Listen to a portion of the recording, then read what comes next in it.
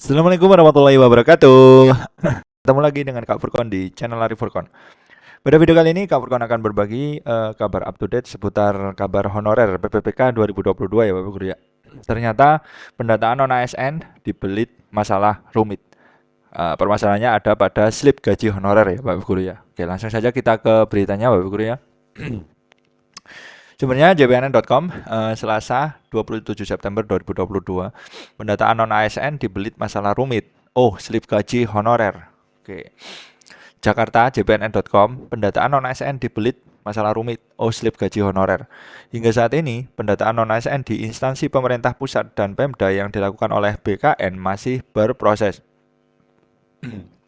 Dalam situs resmi BKN dijelaskan bahwa pendataan non-ASN merupakan tindak lanjut dari pemberlakuan Peraturan Pemerintah Nomor 49 Tahun 2018 tentang manajemen PPPK yang mewajibkan status kepegawaian di lingkungan instansi pemerintah terdiri dari dua jenis kepegawaian yaitu PNS dan PPPK terhitung mulai 28 November 2023. Pemerintah mengenai pendataan non-ASN ini berdasar Surat Edaran Pelaksana Tugas atau PLT Menpan RB Bapak Mahfud MD nomor sekian tertanggal 22 Juli 2022. Pendataan non-ASN atau honorer ini bukan dalam rangka pengangkatan mereka menjadi PPPK. Pendataan ini dalam rangka pemetaan tenaga honorer. Bapak Mahfud MD dalam SE tersebut meminta agar penyampaian data honorer harus disertai dengan surat pernyataan tanggung jawab mutlak atau SPTJM yang ditandatangani pejabat pembina kepegawaian atau PPK. Perintah yang sama itu ditegaskan Bapak Guru ya, lagi oleh Menpan RB Bapak Abdullah Azwar Anas dalam rapat koordinasi Kemenpan RB dengan para bupati yang tergabung dalam Asosiasi Pemerintah Kabupaten Seluruh Indonesia atau APKASI di Jakarta Rabu 21 September 2022. Bahwa Azwar Anas meminta para kepala daerah selaku PPK untuk menyertakan SPTJM sebagai jaminan kebenaran data tenaga non-ASN atau honorer. Lah nanti, maka oleh karena itu, kepala daerah selaku PPK kita akan kirim surat ulang Menpan RB untuk melakukan audit ulang yang ditandatangani oleh kepala daerah dan sekda dan sekaligus kepala daerah untuk memberikan surat pertanggungjawaban mutlak jika data tidak benar nanti akan punya konsekuensi hukum. Begitu pernyataan Bapak Azwar Anas.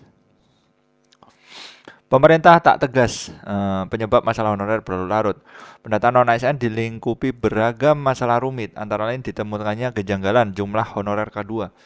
PLT Kepala BKN Bapak Bima Haria Wibisana membeberkan 19 September baru 74.832 yang datanya masuk ke aplikasi pendataan non-ASN. Padahal terdapat 366.220 honorer K2 yang tersisa masuk database BKN.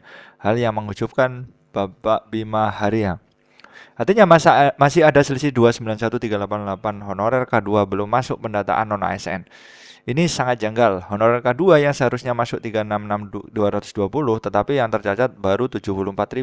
Sementara tenaga non-ASN bukan K2 angkanya 963.699. Kata Bimia Haria di Jakarta Kamis 22 September 2022. Nah, nanti ragam persoalan ini juga terlihat dari aneka komentar yang menyertai tayangan pidato Bapak Azwar Anas di akun Kemenpan RB di YouTube pada 24 September 2022 dengan judul Cari Jalan Tengah Penyelesaian Tenaga Non-ASN. Beberapa komentar netizen yang diduga berstatus honorer mengeluhkan mengenai hambatan ikut pendataan non-ASN. Buat K2 yang pengabdiannya sudah pindah instansi dari kementerian dan sekarang mengabdi di Pemprov, itu bagaimana datanya?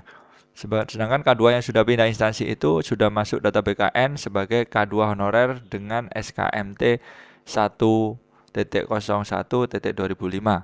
Tulis Bapak Taufik Hidayat di kolom komentar Selasa 7 September 2022. Rohani Siboe meminta Azwar Anas memperhatikan guru honorer swasta yang sudah lulus passing grade PPPK 2021. Nilai passing grade murni swasta dinomorduakan, sedangkan yang honor negeri yang nilai afirmasi PG diturunkan itu diutamakan. Itu tidak adil, Pak. Setidaknya semakan yang lulus murni, kami sama-sama mengajar anak bangsa, gaji kami hanya 400.000 dari turunnya dana BOS. Gajiannya juga 6 bulan sekali. Ujian yang kami tempuh sudah lulus, tetapi seakan-akan tak dianggap tulis Rohani. Iya, ini guru lulus PG ya, Bapak Guru ya. Tolong Pak Menteri, prioritas guru SD yang sudah lama mengabdi tanpa gaji tetap, tanpa slip gaji yang sudah ada NUPTK. Keluh JEB 99. Sementara Panji menyalahkan pemerintah terkait masalah honorer yang berlarut-larut. Edaran larangan perakutan honorer dari 2005 sekarang bingung penyelesaiannya. THK 2 saja belum selesai, nambah pendataan 2022 lagi. Pemerintah tak tegas dengan aturan sendiri. Makin jelas aturan dibuat memang untuk dilanggar. Tulis Panji. Aturan untuk dilanggar Bapak Guru ya. Slip gaji honorer jadi kendala ikut pendataan non-ASN ya Guru. Sejumlah honorer juga menyampaikan curhat soal kendala ikut pendataan. Din Ilrumi menulis komentar bahwa dirinya merupakan honorer sejak 2005 berdasarkan SK Bupati per Januari. Pada waktu itu saya beberapa teman tidak dimasukkan dalam pendataan saat itu dengan alasan tidak memenuhi kriteria. Namun tidak sedikit honorer yang SK di bawah tanggal SK saya malah masuk dan ikut pemberkasan. Mohon diperhatikan honorer seperti kami yang terzalimi ini Pak. Tulis di In El Rumi, kalimatnya sudah diedit disesuaikan dengan kaidah kebahasaan. Oke. Netizen yang menyebut dirinya Rita Bidan mengeluh soal slip gaji ya, menjadi kendala pendataan non-ASN. Gimana nasib kami yang dari Dompu, Nusa Tenggara Barat, sukarela tak digaji sudah 14 tahun mengabdi. Kami tidak bisa ikut pendataan karena kendala slip gaji. Oke, seperti ini Bapak Guru ya. Ya pendataan. Tadi ada guru lulus PG ya Bapak Guru ya. Guru lulus PG itu memang perlu Bapak Ibu ketahui ya, tidak diangkat semua ya. Jadi yang lulus PG itu memang sebesarnya itu sekian Bapak Guru ya. Besarnya lulus PG itu sekian 193.944. Ya, yang diangkat itu hanya 134.022 atau 69%. Nah, sisanya ini 34% ini kemungkinan diangkat tahun 2023 dan 32.902 17% ini belum mendapat pengangkatan.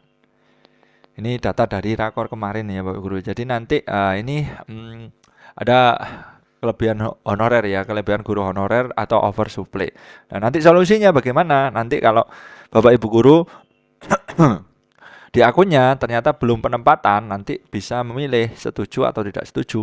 Kalau setuju ya Bapak Ibu guru tetap menjadi guru honorer di tempat tugas saat ini. Kemudian kalau tidak setuju berarti turun prioritas, bisa prioritas 2 atau prioritas 3. Tapi kalau swasta ya pelamar umum. Seleksi kompetensi baru guru lulus di tempat tugas. Seperti itu Bapak Guru. Jadi bersaing dengan P2 dan P3. Untuk yang prioritas 1 seperti itu berdasarkan hasil rakor kemarin. Jadi memang tidak